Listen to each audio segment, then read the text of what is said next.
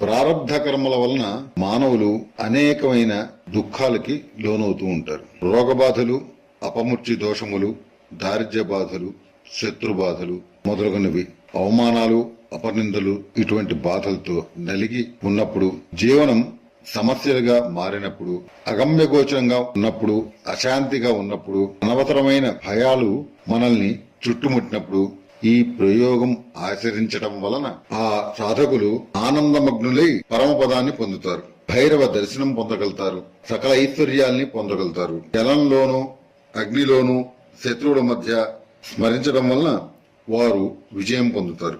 ఈ రకంగా ప్రతిదినము జపము, పారాయణం చేయడం వలన యశస్సును, కీర్తిని, ప్రతిష్టను, ఐశ్వర్యాన్ని, ధనాన్ని, ధాన్యాన్ని పొందుతారు.